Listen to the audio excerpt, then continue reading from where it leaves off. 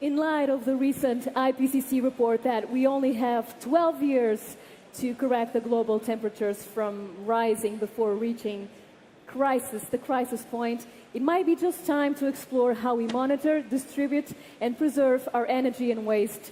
But more importantly, how we can leave a lasting legacy that might just save our planet. So here today to discuss how interacting and building sustainable communications can help us save the planet, please welcome to the stage a lot of people. Lou Fawcett, COO of Playmov, Davida Herzl, founder and CEO of Aclima, Anna Schoemakers of Greenpeace, COO of Comvolt, Chris Powell, and finally our moderator, Neanda Salvaterra from the Wall Street Journal. Welcome them with clap your hands, please, for them.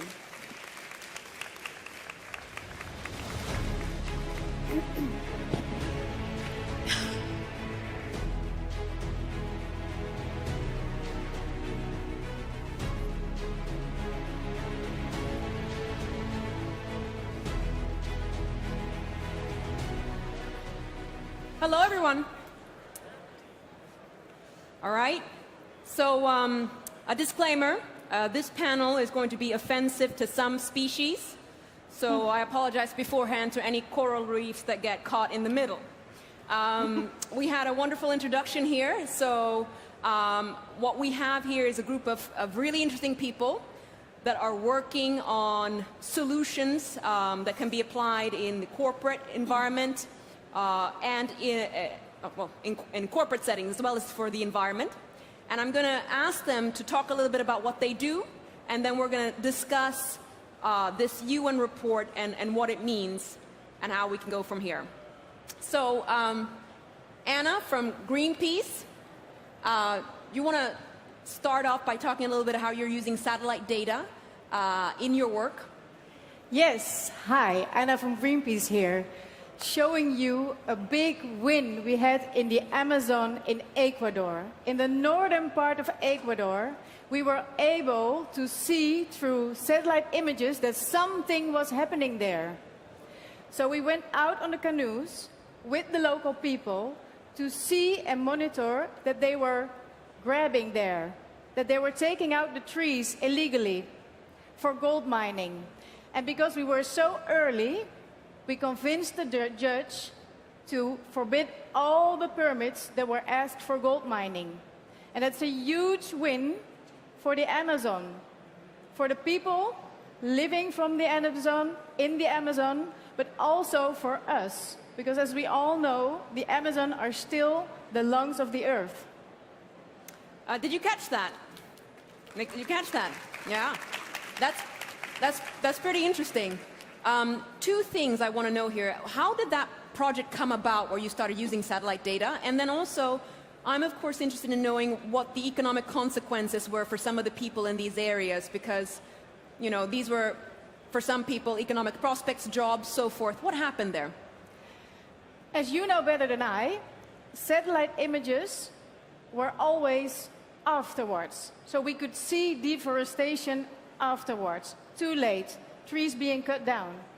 Nowadays, we can see very early and very precise that something is happening there, something is changing. The satellites go 24 hours and they monitor especially for the Greenpeace campaign. So we point out an area which is vulnerable and we have to protect, and then those satellites will focus and they will start analyzing immediately. We know where to go because we collaborate with the local people. Then we have GPS and drones with us to fly over that area, and as you saw, to capture the images as evidence. Because we are so early, we know we are not interfering in any economic dependence. This is a very protected area in the northern part of Ecuador, where you should reroute to sustainable tourism and not for mining activities which pollute and deforestate. That's the answer. That's the answer. Very well. Interesting. So you got in early, so you avoided the economic fallout. Chris from Comvolt, your company helps other firms manage their data. How can that be applied to some of what we're talking about here? I think we're sort of an unusual entry into this discussion, this topic, but it's not unusual if you think about it. The data is changing everything all around us, and that's sort of an obvious statement. But what people don't necessarily are looping into exactly, as many of us took planes as we got here, the IT industry, the IT sector as a whole has just passed the airline industry in terms of its carbon footprint. A lot of that's driven by data, and Commvault works with companies all over the world, and what we're now doing is bringing consortiums of both partners and customers and Commvault together and our experts in order to start to discuss how to reduce the data footprints that these companies are utilizing in order to develop their products, work with their customers, but do it in the most efficient way possible. And we've really found that this can be a marriage of business and the environment in many ways, because the costs associated that many people know of, it's network costs, it's the environmental costs in terms of air conditioning and those things, are things that cost companies resources. And the more you can reduce and be more efficient, it's a better situation for the companies. So environment is good for business, or managing your data to that aspect. Okay. Let's go and talk a little bit with Lou here from PlayMob. I love that name, by the way. So you create games, and through those games you raise awareness. I mean, how does that even apply to what we're talking about here? Tell us all about that. So we're a for-profit business, but we have social impact at the heart of everything we do. And we realize and recognize that to tackle the topics of the global goals and to tackle specifics around climate change and individual topics, you have to actually tell people the story, and gaming is one of the most powerful ways to do that. We create tiny mini games that actually get served to existing gaming audiences, but more importantly for the partners and the big global organizations we work with who want to tell their stories of sustainability, we actually have a two-way dialogue back with those players. So we deliver impact in two ways. One is that the players can make a pledge in the games and actually commit to make a change, whether that be carrying a water bottle or recycling more or consuming less meat, which can also drive through to the climate, to then having a direct impact with an NGO partner as a result of the campaign. Got it. Now, how many people in here admit to playing games? Awesome. So she's talking to you. Awesome. Has anyone played any PlayMob games in here? You familiar with it? Cool. The one over there. All right. Oh, this is really interesting. So basically, you're basically shaping human behavior in a way through these games and raising awareness. I'd like to talk now to Davida from Aclima, and you provide environmental solutions, and you've done something amazing with Google View. Could you talk a little bit about that project? Of course. So Aclima has been working for several years to miniaturize a pollution sensing technology that enables us to measure all of the pollutants that most affect human health and greenhouse gases in a single device at a fraction of the cost of traditional approaches. And for the last 4 years, we've been partnered with Google Earth Outreach and Google Street View to instrument their vehicles to generate maps of hyperlocal emissions and hyperlocal pollution. Got it. Got it. So I think that you speaking here segues very interestingly into the point I'm interested in. How do we really get people to change their behaviors? How do we incentivize people to take their health seriously and sort of kind of make decisions based on this data that you're providing? Because Sure. So one of the big outcomes of our work was that we proved that the same emissions that are really changing our climate are also affecting human health at an unprecedented scale.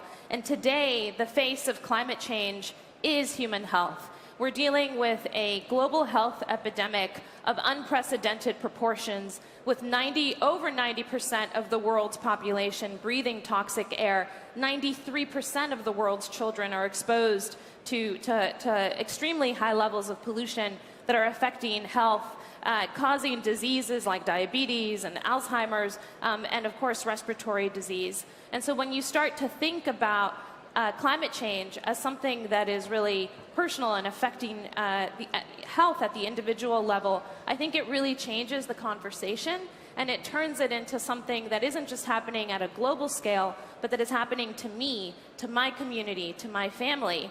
And when you look at, the pollution crisis hitting Delhi right now, people are having to stay home from work, the economy essentially stops, then that's the moment when climate change and environmental risk becomes financial risk. When it starts to affect economies and jobs at that scale, again, I think we change the conversation.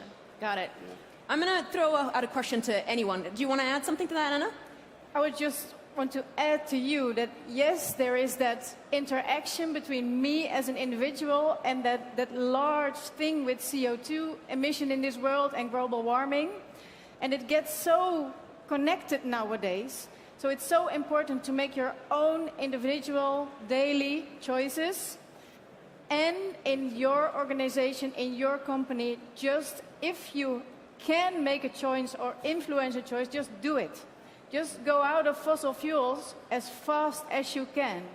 I mean, that connects to air quality, that connects to everything you do in your daily life. So if we all start making that choice, clean energy is there, the solutions are there, the knowledge is there.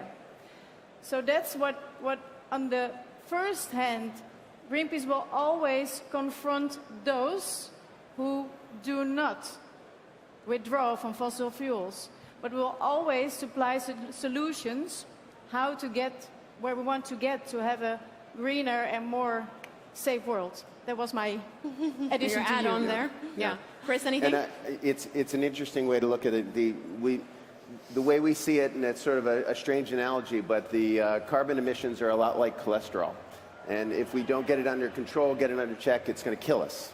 And when you use that kind of analogy and you think about what this means in terms of how do we address those kinds of things, well, it's a similar approach. And I think this panel is a great way to think of it. What this is if your cholesterol is too high, you look at the data, you try to understand exactly what the situation is, then you try to use science and ways that you can try to improve your situation, and then it takes individual action, and you have to change your behaviors. And when we look at this, the change in behaviors is, just as Anna's saying, it's changes of individual behaviors, it's changes of governments' behaviors, and it's changes of behaviors in companies and business. I wrote an article about how emerging markets are still turning to coal to power their economies. It's still the cheapest option for them. And one of the reasons that I found this to be interesting is because at the end of the day, using coal to generate electricity is still the most reliable, according to some countries, and still the cheapest option. So the pricing incentive is not really there for countries to change their behavior, so to speak.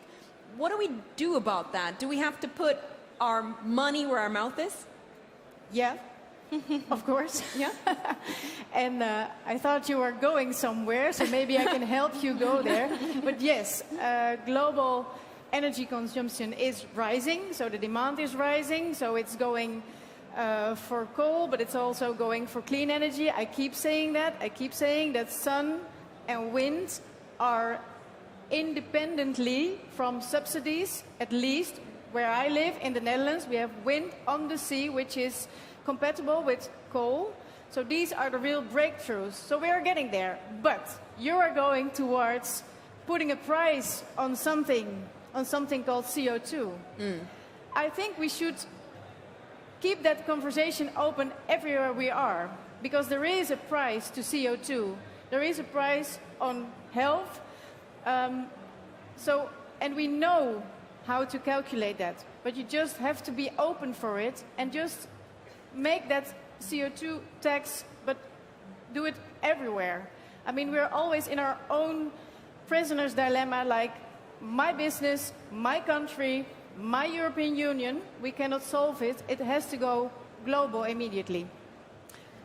And I was just going to say, when you think about pricing CO2, I think, historically as a society, we haven't put a price and a value on our natural assets, and you really have to measure what you manage. We haven't had the data to understand emissions at that hyperlocal scale. And so again, I'll go back to the example of of what's happening in Delhi right now. You have to look at the cost in terms of the trade-offs, right?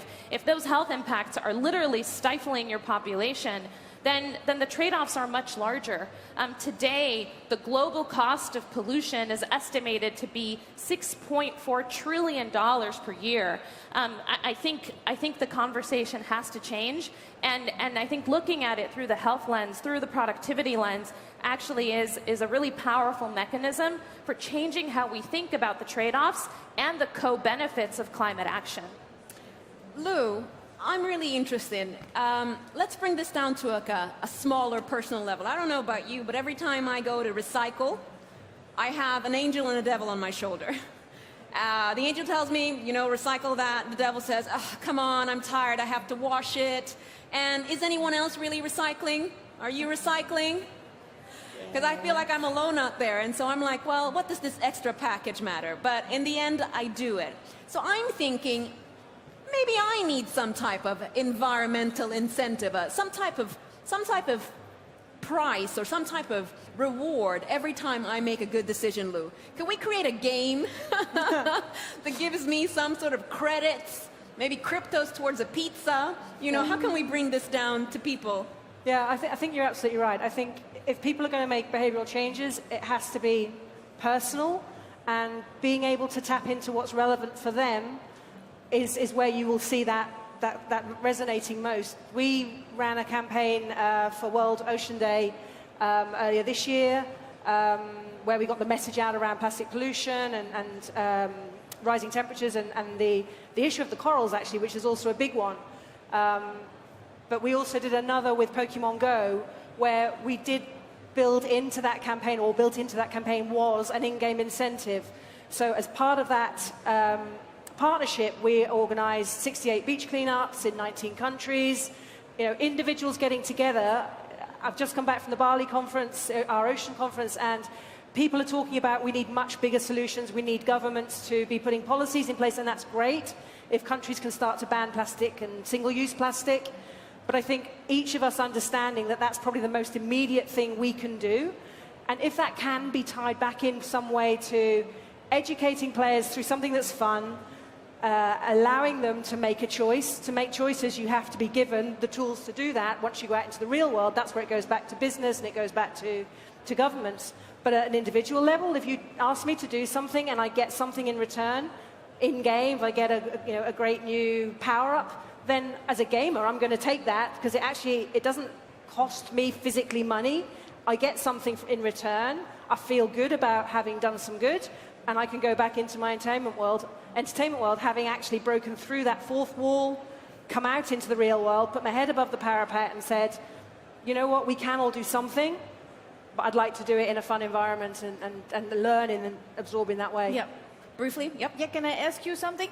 Did you cooperate with Pokemon and taking plastic from the beaches? Did I understand you correctly? Yeah, so we worked with Pokemon Go's development team, Niantic, and we helped them manage that setup and manage, because we work with a lot of NGOs as part of our business. But then we're looking to go bigger and better for next year and do it again with them, but also with other partners. That's interesting, because then you have that reward within the game. And if you green our data, I'm happy. then we have some synergies. jealous.